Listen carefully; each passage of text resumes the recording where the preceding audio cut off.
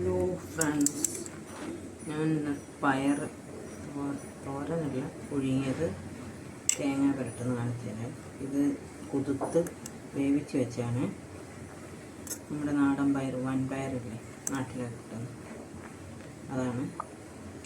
ഇത് കുക്കറിലിട്ട് വേവിച്ച് വെച്ചേക്കാണ്. ഇതിലേക്ക് നമുക്ക് കുറച്ച് തേങ്ങാപ്പീരിട്ട് കൊടുക്കാം.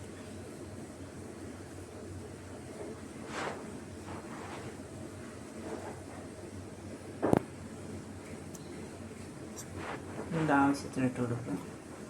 എന്നിട്ട് ഇത് നല്ലപോലെ ഒന്ന് മിക്സ് ചെയ്യും. ഉപ്പിട്ട് വേവിച്ചാണ്.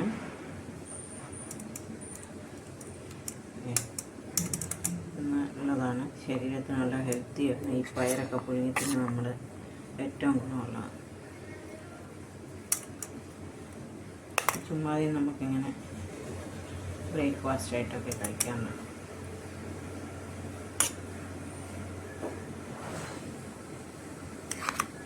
മധുരം വേണ്ടവർക്കാണെങ്കിൽ അല്പം പഞ്ചസാരയും കൂടി ഇട്ട് കഴിക്കുകയാണെങ്കിൽ നല്ലതാണ്. അപ്പം ഞാൻ പഞ്ചസാരയൊന്നും ഇടുന്നില്ല, വെറുതെ അല്പം തേങ്ങാപ്പീരി ഇട്ടിട്ട് കണ്ട് നമ്മുടെ പയർ ബ്രേക്ക്ഫാസ്റ്റ് റെഡി ആയിട്ടുണ്ട്. നല്ലതാണ്. പയർ പുഴുങ്ങിയതിൻ്റെ കൂടെ നമ്മുടെ ചെമ്പപ്പുട്ടുപൊടിയും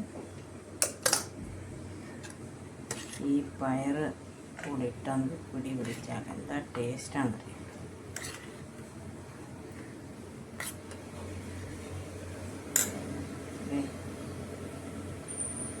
ഈ പയറും ഈ പുട്ടും കൂടെ, ചെമ്പപ്പുട്ടാണ്, ഒന്ന് കഴിച്ചു നോക്കി എന്താ ടേസ്റ്റാണെന്നറിയാം.